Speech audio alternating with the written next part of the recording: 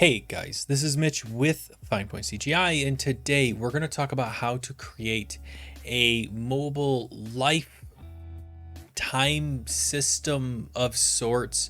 I'm not really sure how to explain it, but it's basically how to recharge somebody's lives after time has gone by.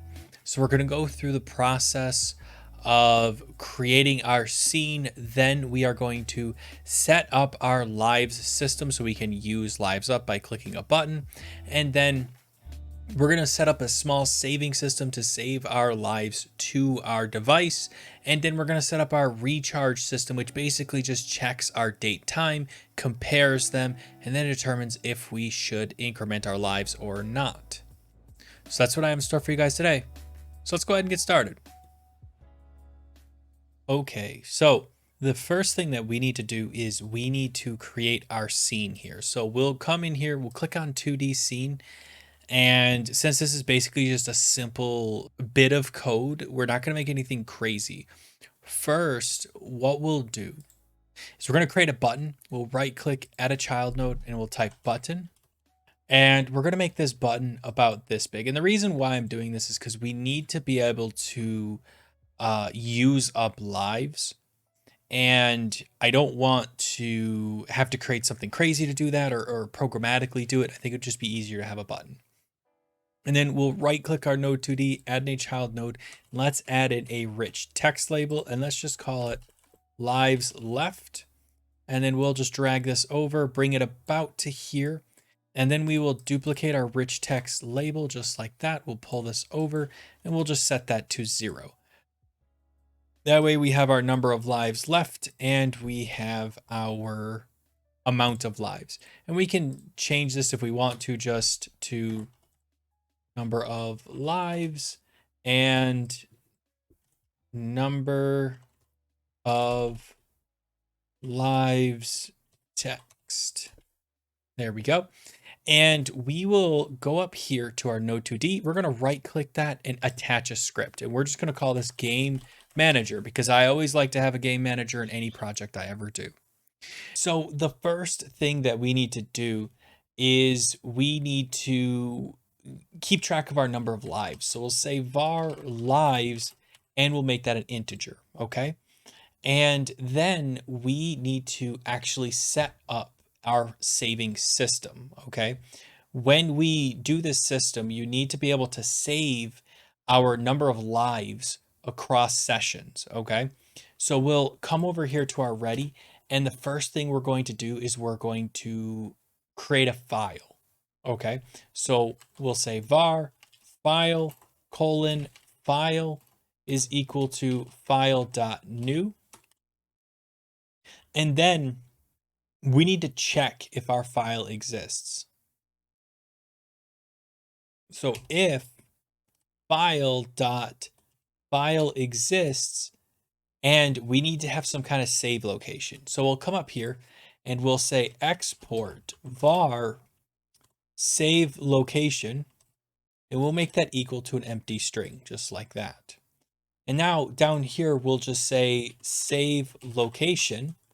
And then if that does exist, then we can go ahead and load our stuff. So we'll just say load saved data, just like that. Now we don't have a function for this yet, so we'll just come down here and create a small function. So we'll just say func load saved data, and we'll just pass it for now. Now, if we come back up here, we need to say, hey, if our file exists, we're going to load our data. And if not, then we need to actually save our data. So we'll say save saved data, just like that. And we'll come down here and make a function for that, just like that. There we go. So we've kind of started scaffolding this out a little bit, okay? And so now that this is scaffolded, we need to set up our save system. So let's come down here and we're going to pass in our file, I think. So we'll just say file and we'll pass in our file because now that I'm thinking about it, we're going to need to pass in a file. I think that'll be easier. And then we can just type file.open and we can pass in our save location, comma, file.write, and that's going to allow us to write to our file. Okay. Now we need to save our lives to our file. So we'll type file.store_32 and we'll pass in our lives. Okay. And that's going to allow us to save our lives. Now, the reason why we're not getting auto completion here is because this is not a type files. If we had it as a type files, then it would have auto completed it for us. Or I should say a type file. And that basically will allow us to have auto completion. Now we can actually save our file. So we'll just type file.close, and that will close our file and save our data as binary data. Okay. We're basically telling Godot to use its own internal save system to just save out our lives. Now, if we come up here and before we set our save data, we type lives is equal to 3, let's say, and we can just save our data from there. That'll give us something to save. Okay. Now, if we come up to load saved data, let's set up our load system. And this is basically the same thing. We're going to pass in a file, much like we did. And that was my mistake. So we should just pass in a file. I think that'll make things just a little easier on us. And then we need to open up our file. So we will type var error : equals file.open. And we need to pass in our save location, comma, file.read. And that will pass in our file here and allow us to open up our file. So now we can check to see if any errors have happened. So if not error equal okay, then we need to print out that something blew up, right? So print quote error file can't be opened. And then we will go ahead and return, because we don't want the file to be loaded and to attempt to import that data if that data doesn't exist and something is blown up. So we'll just return and say, hey, this can't open. And that's going to make our code safer and less crash prone. So now we need to load our lives. So we'll say lives is equal to file.get 32. And that's going to allow us to load our lives. Now we need to close our file much like we did earlier. And that just closes the file. So that way we're not holding that file in memory and we're not dealing with any additional parameters there. And now if we run this in theory, as if we step through our code, we should be able to save and load our data. So if we put a breakpoint right here, we hit play, and we set our current scene as our default scene. And if we come over to our node 2D and we set our save location to user : saved data.dat, that will allow us to save our data. And if we hit play and we hit close, we go to our project, we go to our open project and data folder, you will see that we have a saved data.dat. Now, if we attempt to open this, if I open up Visual Studio Code here and I attempt to open this up and I open it up, you'll notice that it says that it is binary data. So if I open this up, you can see I cannot read it. And that's something to keep in mind. You are not going to be able to read the data inside of your DAT files. Now, if I close this and I close this, and then I come over to my script and I throw a breakpoint on load saved data and I hit play, you'll notice that since the file exists, it's going to attempt to load it. If I come down here, it attempts to load, and now we pull back our lives, you will see our lives is 3. So now we have our saving and loading working. It's really that easy to save and load inside of Godot. So now that we have our saving and loading, we're going to need to A, hook up our number of lives here, and then B, we're going to need to hook up our button so we can add and subtract lives at will. Subtract lives at will. So first we'll go to our button, we'll go to our node, we'll say button down, and we'll connect it to our node 2D. And you'll see it says on button, button down. You could give this a better name, but in my case, I'm going to stick with it. And we'll come in here and we'll say lives minus equals 1, and then we'll update our lives counter. So we'll just say $ number of lives dot text is equal to str lives. And that'll allow us to basically have our number of lives as a text field. Now we want to save this when we remove a life. So we should come in here and save saved data. And it's going to ask us for a file. So if we come up here, we could basically just grab our file here that we have and just put it right here. And that basically solves our problem. Now, if we want to solve this a little bit fancier, we could come up here and default this. If we hit space equals file dot new, that will actually allow us to default that. So then we could just come in here and not pass in anything, and it will take that as a successful system as well. So that can make it a little bit more efficient. Up here, we kind of need it because we need to check if it exists to load or save, but down here we don't. So we can just default it and that will solve our problem. So that's a little bit of information that I learned recently that's really going to make things a lot easier in GD script. Now we need to set our lives when we load our lives. So we'll come in here, copy this, come up here, click right about here and paste it in just like that. And that should fix it for us. So if we get rid of our breakpoint, hit play, you'll see it says we have 3 lives. If we click, we have 2 lives. If we close it and then we reopen it, you'll see that we have 2 lives. So perfect. That's exactly what we wanted. Next, we need to set up our life system. So the way this is going to work is we're going to keep track of the last time we gave the user lives. And then from there, we are going to set a timer saying this is how long they've been away, if that makes sense. So if we come up to the top, we need a place to store our date, and we need a place to kind of determine the number of lives that we're going to allow and how big of a time span is it going to be for us to give them lives. So first, we're going to set our max number of lives. So I'm going to say export var max lives, and I'm going to make that an int, and we can default that to 3.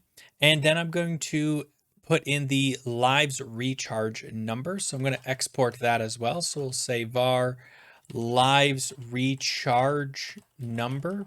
We'll make that also an int. And basically what that's going to be is the number of minutes that it's going to take for the user to gain a life. And in my case, I'm going to make that 30 minutes. And last, we need to store our date. So we'll put var date of last life, and that will do it for our global variables here. Now, if we come down here, we will create a small function that basically sets up our lives. So we'll say func set up lives, and we will go ahead and do a bunch of fun little math here. So first, we need to get our Unix date time, okay? So we will say var time1 is equal to os.getUnix time from datetime, and we need to pass in a datetime, which is a dictionary. And in our case, that's going to be our date of last life. Okay, and next we can just copy this and paste it, but we're going to say time2 is equal to os.getUnix time from datetime, and we'll just pass in os.getDateTime, just like that. And that's basically going to allow us to get our date time currently. So we have our date of last login and our time2, which is our get date time. Okay. And now we need to determine how many minutes have passed. So we'll say var min nits is equal to time2 minus time1. And we're going to divide that by 60. And that's going to take our time from seconds and make it into minutes. And then we can go and print our minutes. Okay. And we'll save this and we'll come up here to our setup lives. We'll climb up here to the top and we'll just paste that in here. Now, something you'll notice is that we don't actually have a date of last life. So we're going to need to set that to something. So what we can do is when we run our setup lives, we'll set up our date of last life to be equal to our current date time. So we'll say date of last life is equal to os dot get date time, and that will set our date of last life. Now, we can't run this function without having this populated. So on our initial run, if we come up to the top, on our initial run, we need to set that value. So much like how we're setting our lives here, let's set our date of last life equal to os.getDateTime. Technically speaking, this could be exported or could be adjusted. If you wanted to, you could put that as export, but we'll keep this way for right now. Now, if I come to my project here and I go to project data and I select our saved data and I delete it, when I play this, it's going to set our date of last life. Now that's great, but we're not actually saving that data or loading that data, and we need to do that. So if we come down to our set save data, let's store that data. So file dot store var date of last life, and we need to also load it. So if we come to our load code right here, we can say date of last life is equal to file.get var. And we'll pass in a true so that way we can get our variable as an object structure. So now that should about do it. So if we hit play, you will see that we have 0 lives, which is fine.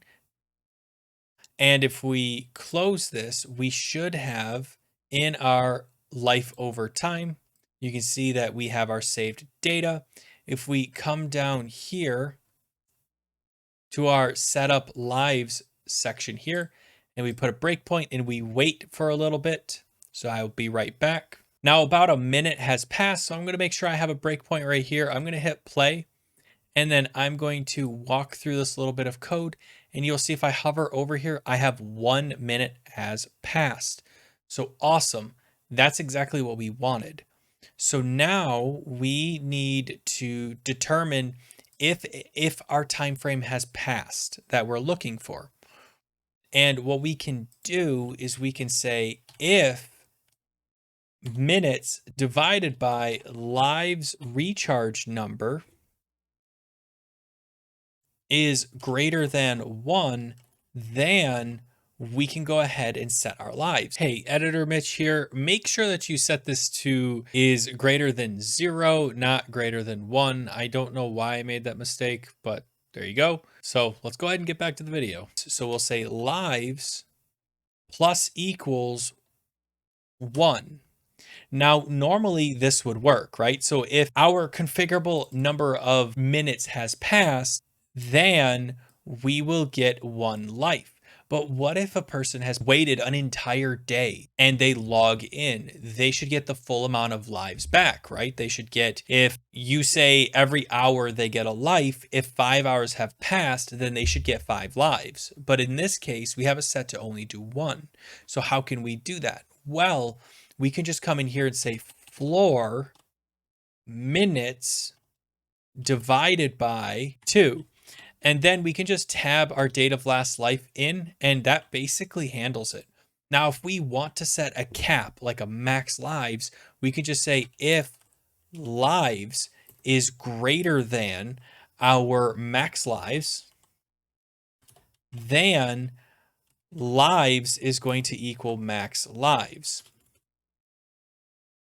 And the reason why we have this is because if a person hasn't played the game in 4 days and we're giving them a life every hour, then after about 4 days, they would have about 96 lives, which is way too many lives for your game, most likely at least. So what we can do is we could just set a max here, and that'll handle that. Now we do need to set our our rich text label. So we'll put a $sign, number of lives dot text is equal to lives, and we need to cast that as a string. So let's say str lives, and we change this to 1, so it's for every 1 minute instead of every 3 minutes, because that's a little bit too much. And we hit play. Let's see if that's enough time. So we'll look at our minutes. 5 minutes has passed, so you'll see that it's going to come in here. It's going to floor divided by 2. And actually, I don't think we need this floor divided by 2. I think we do need the floor, but I don't think we need the divided by 2. So I'm going to get rid of that. Come down here, and we should now have 3 lives, which I'm assuming that's because of the divided by 2. So if I kill this and I hit play again, we currently have how many lives? 1 life. If we come in here, minutes that have passed is 6. We'll print our 6 minutes, and then we come in here, and our lives should now be 7. It's going to be over our max lives, so then it's going to set it to 3, and then it will show it on here as 3. Now, if we use up 2 lives, we stop it, we hit play, and then we come through here. 0 minutes has passed, so therefore they get 0 lives. So if we hit play, they have 1 life. Awesome. So that's pretty much all we need to do to make our live system work.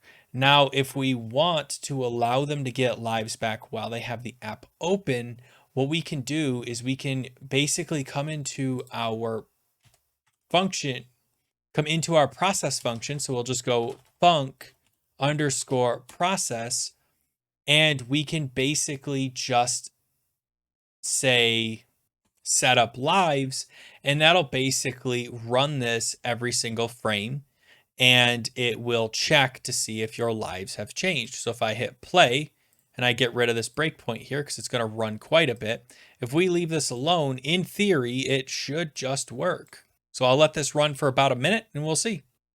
And you will see that it seems to have worked. But if I hit close and I hit play, you'll see that it loads the proper value, but it didn't actually save our data. So that's something that we're going to have to keep in mind, is there's a little bit of a bug here that's not quite apparent, but it exists. And what we should do is when we up our users' lives, we should just save our saved data just in case, so that way it gets handled. Now, something to keep in mind is we may want to skip this entire check if the user has enough lives. So if we actually come in here, we copy this and we come up here and paste it, and instead say if lives does not equal our max lives, and we could just kind of drop this in like this, and that'll make our code a little bit more efficient. It's not going to actually come in here and do all of this unless you actually don't have enough lives. So if you have 3 lives, then this isn't going to run, which will save you a bunch of code and a bunch of problems in the future. So that's just something to keep in mind. And that's pretty much how you make a system that replenishes somebody's lives over time for your mobile application. Now, this specific tutorial stores your lives on your local disk, but if you felt like it, you of course could hit an API and store those lives out on the API in a database somewhere out on the internet, and basically do it that way as well. You basically, instead of doing this load save data and save data, you would basically just take this section and do an HTTP get call, and same thing here, but do a post call instead. And that would be basically how you would create your system. Sometimes people do that to reduce the likelihood that someone's going to cheat their game, but we do store our data as binary, which makes it a lot harder to cheat when you can't really open the file very easily. But that's all I have for you guys today. So if you like this video, go ahead and hit that like button. Hey, if you dislike this video, go ahead and hit that dislike button, because I'm here to make content for you guys. This video was a viewer suggested video, so if you have any suggestions, please leave them in the comments below and I'll be more than happy to get to them as soon as I can. And hey, if you have any questions or comments about this, leave them in the comments below or jump on my Discord, links in the description, and I'll be more than happy to help you with any of your Godot issues that you might be running into. But that is all I have for you guys today. So thank you so much again for watching, and I will see you all next time. Thanks.